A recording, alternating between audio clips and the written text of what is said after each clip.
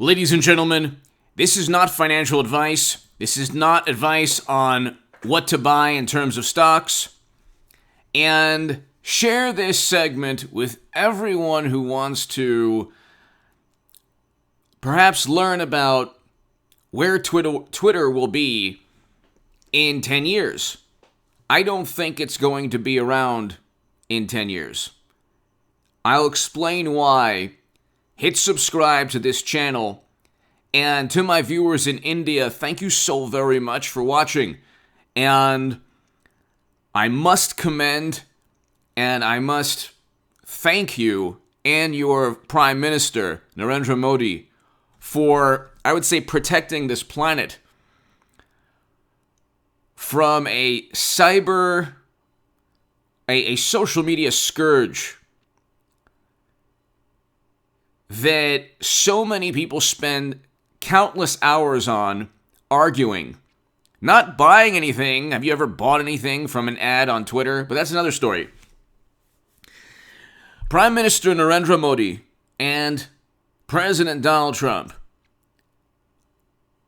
These two world leaders have single-handedly tanked, or have together tanked Twitter. Now, you might have heard that Twitter posted revenue that beat estimates. So what? We'll get to that in a second. Again, this is not stock advice, and if you think I'm nuts, you don't have to watch. Furthermore, if you think I make a valid point here, please share it.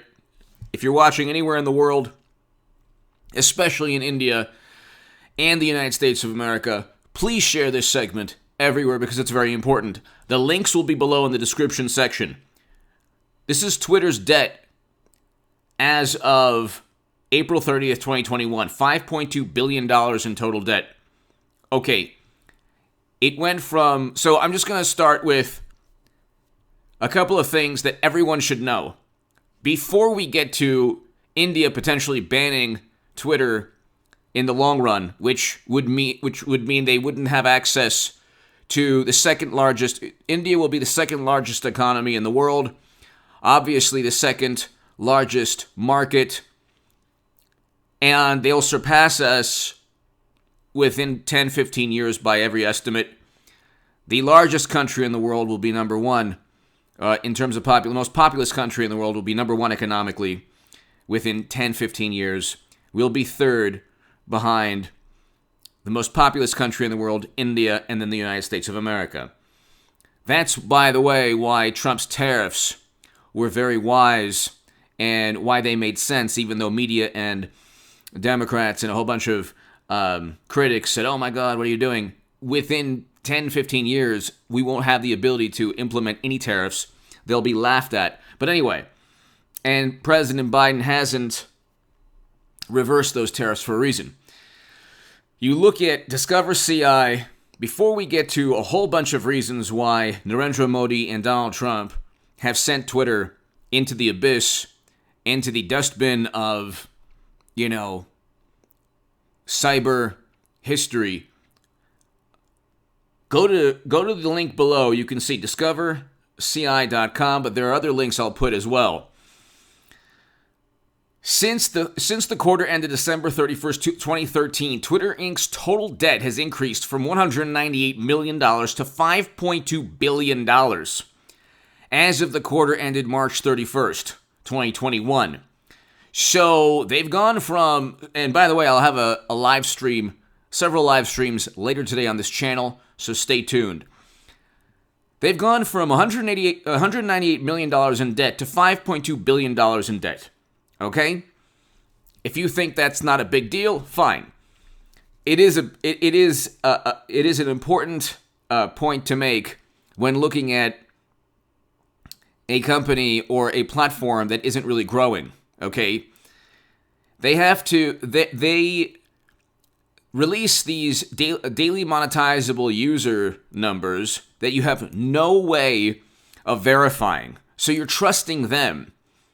Meanwhile, they have a whole lot of problems in India, which is the second largest market in the world.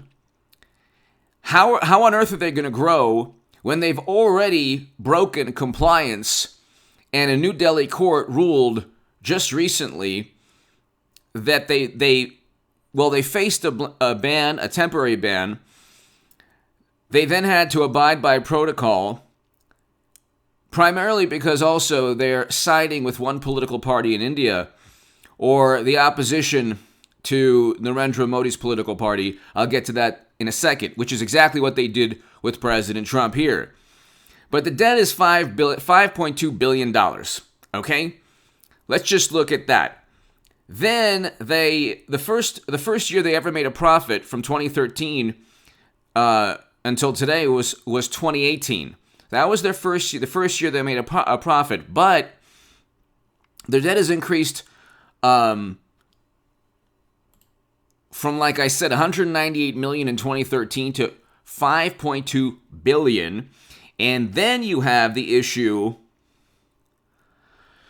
of the following. Twitter wants, this is a USA Today article, the link will be below. Twitter wants everyone on the platform to potentially make more money with and for them.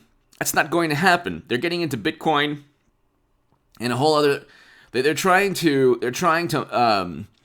find creative ways, because they're trying to find creative ways to make money, because their two primary revenue streams, selling data and advertising, those aren't working.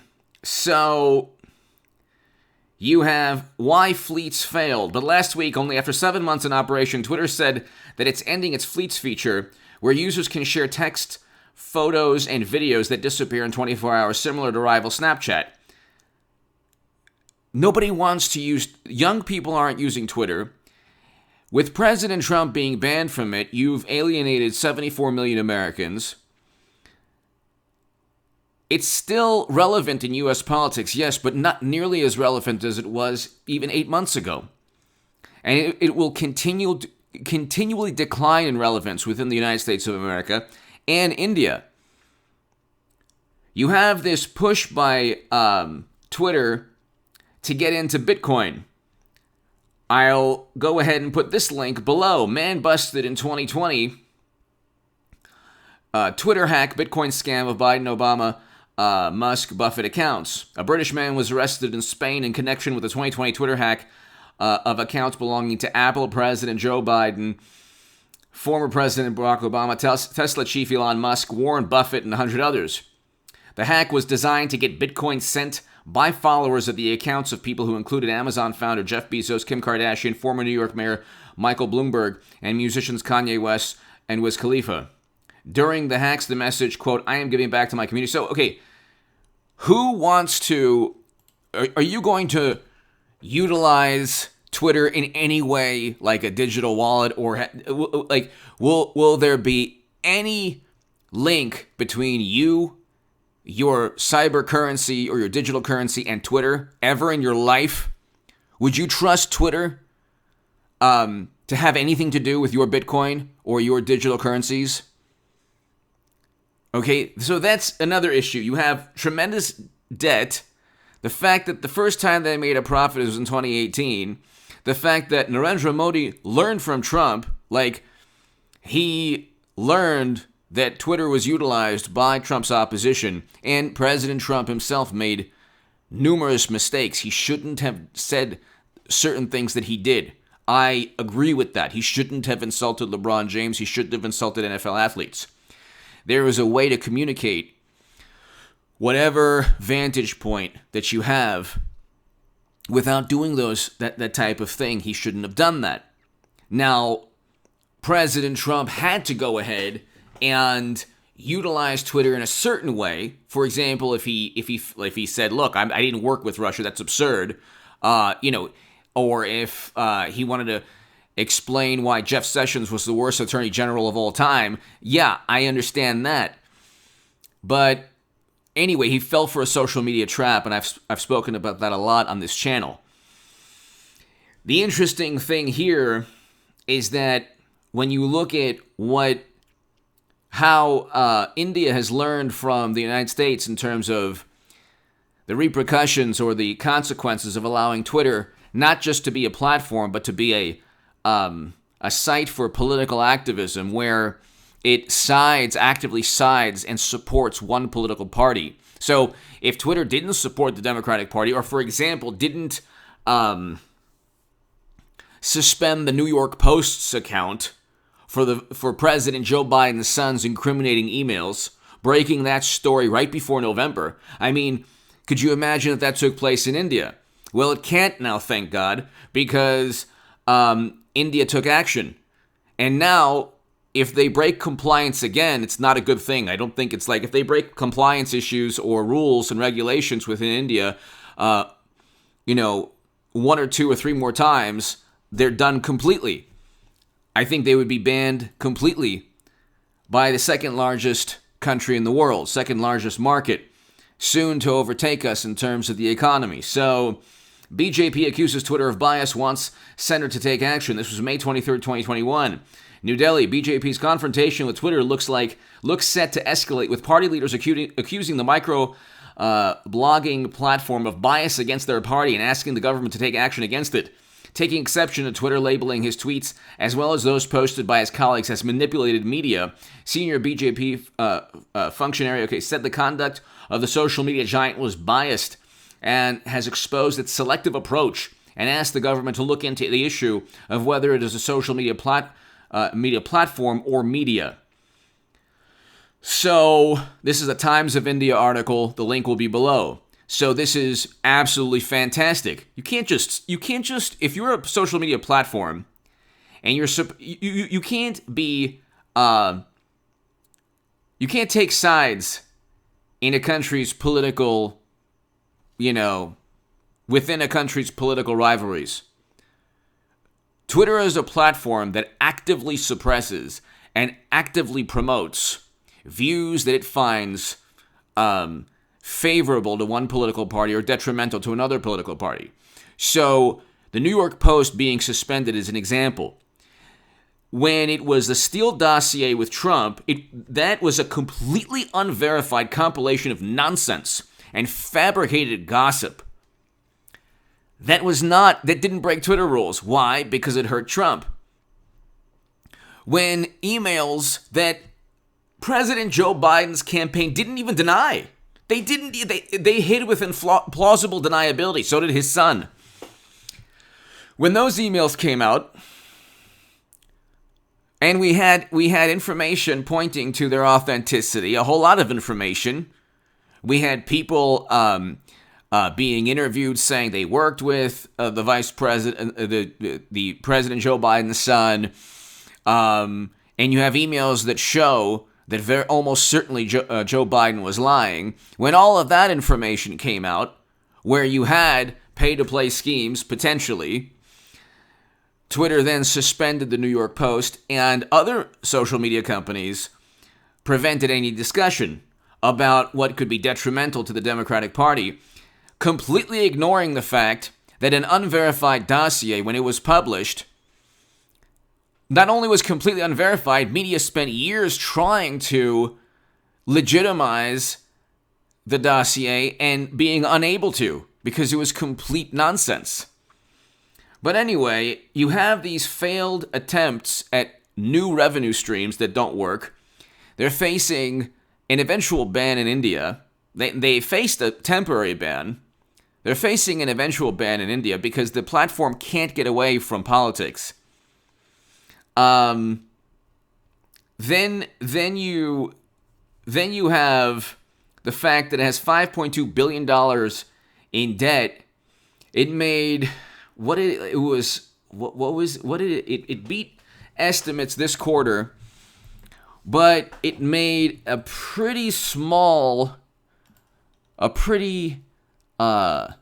tiny profit. So again, this is not like the Enron was viewed as a long-term buy. So I'm not even talking about the stock. If you think the stock is great, fine. I'm talking about the company and where it's going to be in 10 years. I wouldn't invest.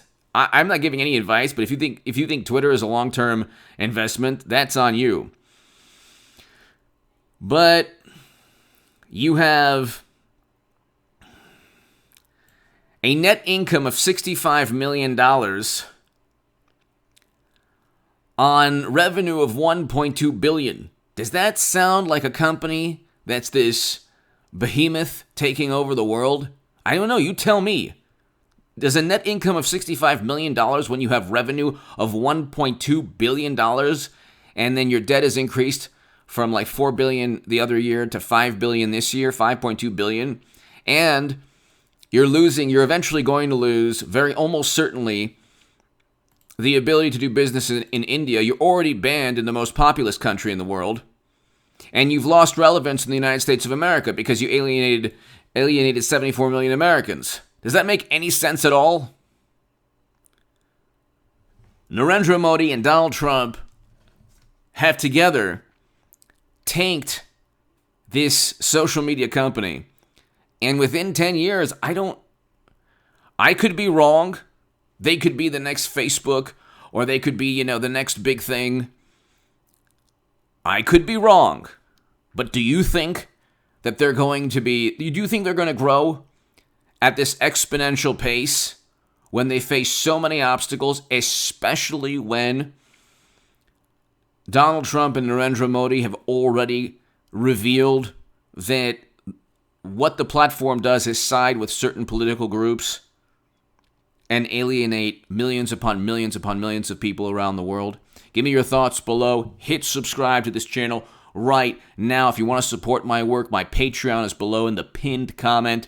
I will have a live stream probably around 7 p.m. Pacific this evening.